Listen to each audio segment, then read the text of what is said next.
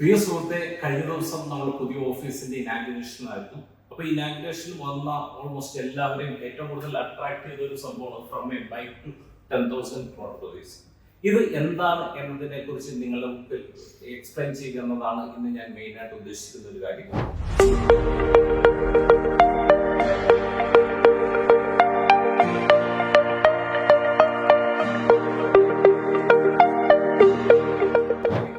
ഇവിടെ ഇതൊരു time line ആണ്. അതായത് ഞങ്ങൾ എവിടെ നിന്ന് വന്നു, ഇനി എങ്ങോട്ടാണ് പോകുന്നത് എന്നതിനെ കുറിച്ച് എക്സ്പ്ലെയിൻ ചെയ്യുക എന്നതാണ് ഈ ഒരു ടൈം ലൈനിലൂടെ ഉദ്ദേശിക്കുന്നത്.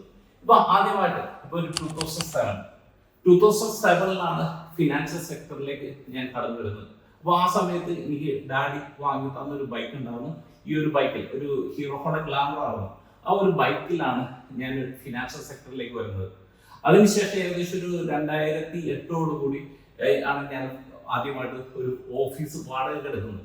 അപ്പൊ ആദ്യമായിട്ട് എടുത്ത ഒരു ഏകദേശം ഒരു 100 സ്ക്വയർ ഫീറ്റ് പോലും ഉണ്ടാകാൻ വഴിയില്ല, ഒരു 1000 രൂപ റെന്റുള്ള ഒരു ഓഫീസിലാണ് ഡൈസ് ഇൻവെസ്റ്റ് എന്ന് പറഞ്ഞ ഒരു സ്ഥാപനം തുടങ്ങുന്നത്. അതിനുശേഷം ഞാൻ സാധാരണ രീതിയിൽ ഇപ്പൊ നമ്മുടെ നാട്ടിൻ പുറത്തുള്ള പല ഇൻഷുറൻസ് ഏജന്റുമാർ പോലെ അല്ലെങ്കിൽ ഒരു ഫിനാൻഷ്യൽ അഡ്വൈസർ പോലെ ചെറിയ രീതിയിലെല്ലാം ബിസിനസ് ചെയ്തു.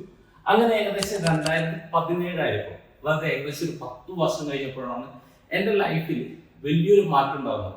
അപ്പൊ ഇവിടെ നോക്കിക്കഴിഞ്ഞാൽ 2007 തുടങ്ങി 2017 വരെയുള്ള ഒരു കാലഘട്ടം നോക്കിക്കഴിഞ്ഞാൽ ഏകദേശം ഒരു 10 വർഷം കൊണ്ട് ഞങ്ങൾക്ക് 8 കോടി അസറ്റ് മാനേജ് ചെയ്യുന്ന ഒരു അവസ്ഥയിലേക്ക് എത്താനാണ് സാധിച്ചത്.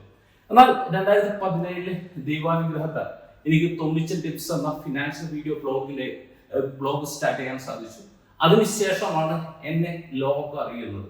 അപ്പൊ ഇതുവരെ നോക്കിക്കഴിഞ്ഞാൽ 2007 തുടങ്ങി 2017 വരെ ഞാൻ ഓരോ ആൾക്കാരെ അന്വേഷിച്ച് അങ്ങോട്ട് പോയി അപ്രോച്ച് ചെയ്ത് അവരെ കൺവിൻസ് ചെയ്താണ് ഓരോ കാര്യങ്ങൾ ചെയ്തിരുന്നെങ്കിൽ, ദൈവാനുഗ്രഹത്താൽ 2017 ശേഷം ഞങ്ങൾക്ക് ആർക്കും തന്നെ അങ്ങോട്ട് പോയി ഒരാൾക്കൊരു അപ്രോച്ച് ചെയ്യേണ്ട ഒരു സാഹചര്യം ഉണ്ടായിട്ടില്ല. എന്നെ സംബന്ധിച്ച് എൻ്റെ ലൈഫിൽ വലിയൊരു മാറ്റം ഉണ്ടായതെന്ന് പറഞ്ഞു കഴിഞ്ഞാൽ 2017 നവംബർ 2 തൊമ്മിച്ചൻ ടിപ്സിന്റെ ഫസ്റ്റ് വീഡിയോ പബ്ലിഷ് ചെയ്യുന്നത്. അതിനുശേഷം 2019 വരുന്ന സമയത്ത് 2019 ഒറ്റ വർഷത്തിനിടെ ഏകദേശം 1 കോടി രൂപയുടെ SIP ബുക്ക്. എനിക്ക് തോന്നുന്നു ആ ഒരു കാലഘട്ടത്തിൽ ഇന്ത്യയിൽ തന്നെ ഏറ്റവും കൂടുതൽ SIP ചെയ്ത ഒരു ഓർഗനൈസേഷൻ ഡൈസ് ഇൻവെസ്റ്റ് ആണ്. അതായത് വിത്തിൻ 1 ഇയർ നമ്മൾ ഏകദേശം ഒരു 1 CR SIP ബിൽഡ് ചെയ്യുകയുണ്ടായി. അതിനുശേഷം 2021 ഇപ്പൊ ഞാൻ നേരത്തെ നിങ്ങളുടെ അടുത്ത് പറഞ്ഞു, 2017 ആയപ്പോഴും 8 കോടി, അതായത് ആദ്യ 10 വർഷം കൊണ്ട് 8 കോടി രൂപയുടെ അസറ്റ് ആണ് ബിൽഡ് ചെയ്യാൻ സാധിച്ചെങ്കിൽ 2021 ആയപ്പോഴും ആ 8 കോടിയിൽ നിന്ന് 100 കോടിയിലേക്ക് എത്താൻ ഞങ്ങൾക്ക് സാധിച്ചു. ഇതിപ്പോ ഞങ്ങളെ സംബന്ധിച്ച് വലിയൊരു ടേണിംഗ് പോയിന്റ് ആണ്. ആ സമയത്ത് കേരളത്തിലെ ഏറ്റവും ടോപ്പായിട്ടുള്ള ഒരു ഏറ്റവും കൂടുതൽ അസറ്റ് മാനേജ് ചെയ്യുന്ന ഒരു 10 പേരുടെ ലിസ്റ്റിലേക്ക് കയറാൻ നമുക്ക് സാധിച്ചിരുന്നു. ഇപ്പോൾ 2025 നമ്മളിപ്പോൾ നിൽക്കുന്നത്. ഇപ്പൊ നിലവിൽ ഞങ്ങൾ മാനേജ് ചെയ്യുന്ന ഏകദേശം 400 കോടി രൂപയുടെ അസറ്റ്സും 6 കോടിയിലധികം രൂപയുടെ SIPs ഉണ്ട്. എന്നാൽ ഈ ഒരു വർഷത്തോടുകൂടി നമ്മളുടെ ഏറ്റവും മിനിമം ഒരു ടാർഗറ്റ് എന്ന് പറഞ്ഞു കഴിഞ്ഞാൽ 500 കോടി ഇപ്പൊ അസറ്റ് അണ്ടർ മാനേജ്മെന്റും, പിന്നെ അതോടൊപ്പം തന്നെ 7 കോടി SIP ബുക്കും, പിന്നെ ഏകദേശം 1000-ലധികം മില്യണേഴ്സിന് ഇത്രയും വർഷത്തിനിടെ ഞങ്ങൾക്ക് ക്രിയേറ്റ് ചെയ്യാൻ ഞങ്ങൾക്ക് സാധിച്ചിട്ടുണ്ട്. അപ്പൊ ഈ ഒരു ഇത് നോക്കിക്കഴിഞ്ഞാൽ കേരളത്തിലെ ആദ്യത്തെ മ്യൂച്വൽ ഫണ്ട് ഡിസ്ട്രിബ്യൂട്ടറാണ്, റീറ്റെയിൽ മ്യൂച്വൽ ഫണ്ട് ഡിസ്ട്രിബ്യൂട്ടറാണ് ഈ പറഞ്ഞ 500 കോടി AUM, 7 കോടി SIP ബുക്ക്, 10,000+ മില്യണേഴ്സിനെ ക്രിയേറ്റ് ചെയ്യുന്നത്. അപ്പം അത് ഇപ്പൊ ഞങ്ങളെ സംബന്ധിച്ച് ഞങ്ങൾക്ക് എടുത്തു പറയാവുന്ന ഒരു വലിയൊരു നേട്ടമാണ്. അപ്പൊ ഈ 2025 2030 പോകുന്ന സമയത്ത്, അതായത് ഇവിടുന്ന് ഏകദേശം 5 വർഷം കഴിയുമ്പോൾ, ഇപ്പൊ ഞാൻ നേരത്തെ പറഞ്ഞു, ഇപ്പൊ ഏകദേശം 1000-ഓളം മില്യണേഴ്സിനെ ക്രിയേറ്റ് ചെയ്യാൻ ഞങ്ങൾക്ക് സാധിച്ചിരുന്നു. എന്നാൽ 2030 ഞങ്ങൾ വെച്ചിരിക്കുന്ന വലിയൊരു ലക്ഷ്യം എന്താണെന്ന് വെച്ച് കഴിഞ്ഞാൽ 2000 കോടിപതി നിക്ഷേപകരെ ക്രിയേറ്റ് ചെയ്യുക എന്നതാണ്. അതാണ് 2030 ഞങ്ങൾ വെച്ചിരിക്കുന്ന ഒരു ലക്ഷ്യം.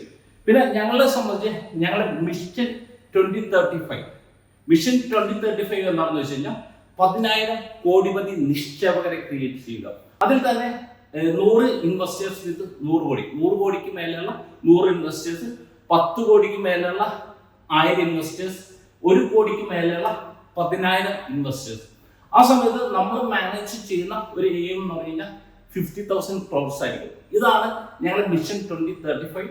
അപ്പൊ ആ സമയത്ത് ഞങ്ങളുടെ മറ്റൊരു ലക്ഷ്യം, കാരണം നമ്മൾ പണം സമ്പാദിക്കുന്ന സമയത്ത് നമ്മൾ അത് സൊസൈറ്റിക്ക്, സമൂഹത്തിന് ഗിവൺ ബാക്ക് ചെയ്യണം.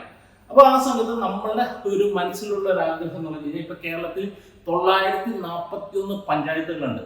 അതിൽ ഒരു പഞ്ചായത്തിലുള്ള പാവപ്പെട്ടവരെ അവരെ ഏറ്റെടുത്തിട്ട് അവർക്ക് വേണ്ട കാര്യങ്ങളെല്ലാം ചെയ്തു കൊടുക്കുക എന്നതാണ് ഇപ്പൊ ഞങ്ങളെ സംബന്ധിച്ച് മിഷൻ 2035 വരുന്നത്.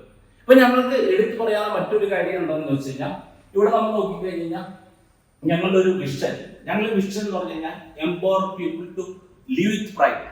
അഭിമാനത്തോടെ ജീവിക്കാൻ വേണ്ടി ഓരോ വ്യക്തികളെ പ്രാപ്തരാക്കുക എന്നതാണ്. അതായത് ഞങ്ങൾക്ക് ഏറ്റവും ഹയസ്റ്റ് റിട്ടേൺ ഉണ്ടാക്കി കൊടുക്കുക എന്നതല്ല ഞങ്ങളുടെ ലക്ഷ്യം. ഞങ്ങളുടെ ലക്ഷ്യം എന്ന് പറയാൻ, ഞങ്ങളായിട്ട് അസോസിയേറ്റ് ചെയ്യുന്ന ഒരു വ്യക്തിയെ സംബന്ധിച്ച് അദ്ദേഹത്തിന്റെ റിട്ടയർമെന്റ് വരുന്ന സമയത്ത് മക്കളുടെ മുമ്പിൽ കൈ നീട്ടേണ്ട ഒരവസ്ഥ വരരുത്. ഞങ്ങളായിട്ട് അസോസിയേറ്റ് ചെയ്യുന്ന ഒരു വ്യക്തിയെ സംബന്ധിച്ച് അദ്ദേഹത്തിന്റെ മക്കളുടെ ഉന്നത വിദ്യാഭ്യാസം വന്ന സമയത്ത് പണമില്ല എന്നതിന്റെ പേരിൽ ആ കൊച്ചിന്റെ വിദ്യാഭ്യാസം മുടങ്ങരുത്.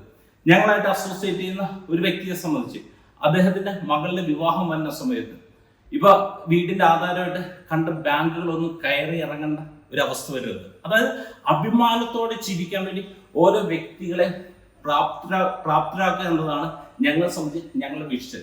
ഇപ്പൊ ഞങ്ങളുടെ ഒരു യൂണീക്നെസ് അല്ലെങ്കിൽ ഞങ്ങളുടെ ഒരു ഗ്യാരണ്ടി എന്താണെന്ന് വെച്ച് കഴിഞ്ഞാൽ, ഞങ്ങളുടെ സ്വന്തം പണം നിക്ഷേപിക്കാൻ സാധിക്കാത്ത ഒരു നിക്ഷേപവും ഞങ്ങൾ നൽകില്ല.